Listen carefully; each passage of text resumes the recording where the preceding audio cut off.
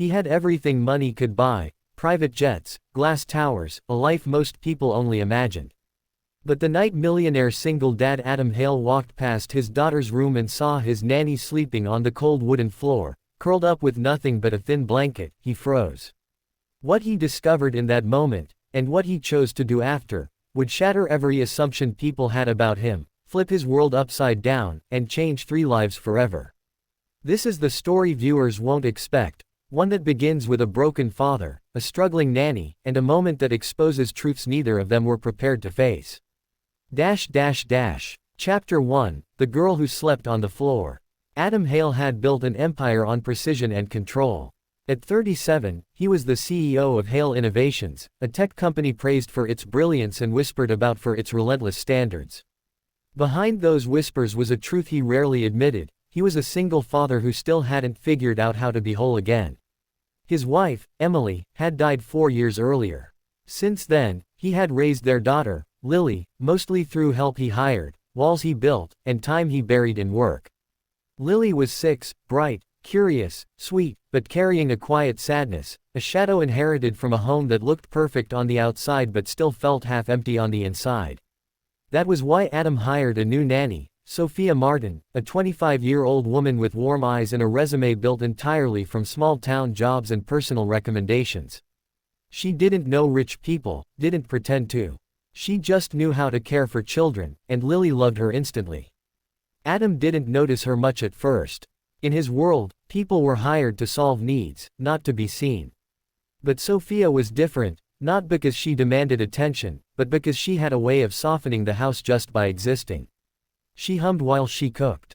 She kneeled beside Lily instead of towering over her. She spoke kindly, even when tired. She never complained. But she also never asked for anything. And he would soon discover why. One night, after a late meeting, Adam returned home past midnight. The house was quiet except for the soft glow beneath Lily's bedroom door. He frowned. Nannies usually slept in their designated room downstairs. He pushed the door open gently and stopped cold. On the floor, curled at the foot of Lily's bed, was Sophia. She wasn't resting comfortably. She was curled tightly, protecting Lily with one arm draped slightly toward the bed. Her pillow was folded clothes. Her blanket was thin. No mattress. No comfort. Just a wooden floor and exhaustion. For a moment Adam couldn't breathe. Why was she here? Did something happen? Had Lily been scared? Had Sophia chosen to sleep here instead of the warm room she was assigned? He stepped inside slowly. Sophia stirred awake at even the softest movement. She sat up quickly, rubbing her eyes, embarrassed. I'm sorry, Mr.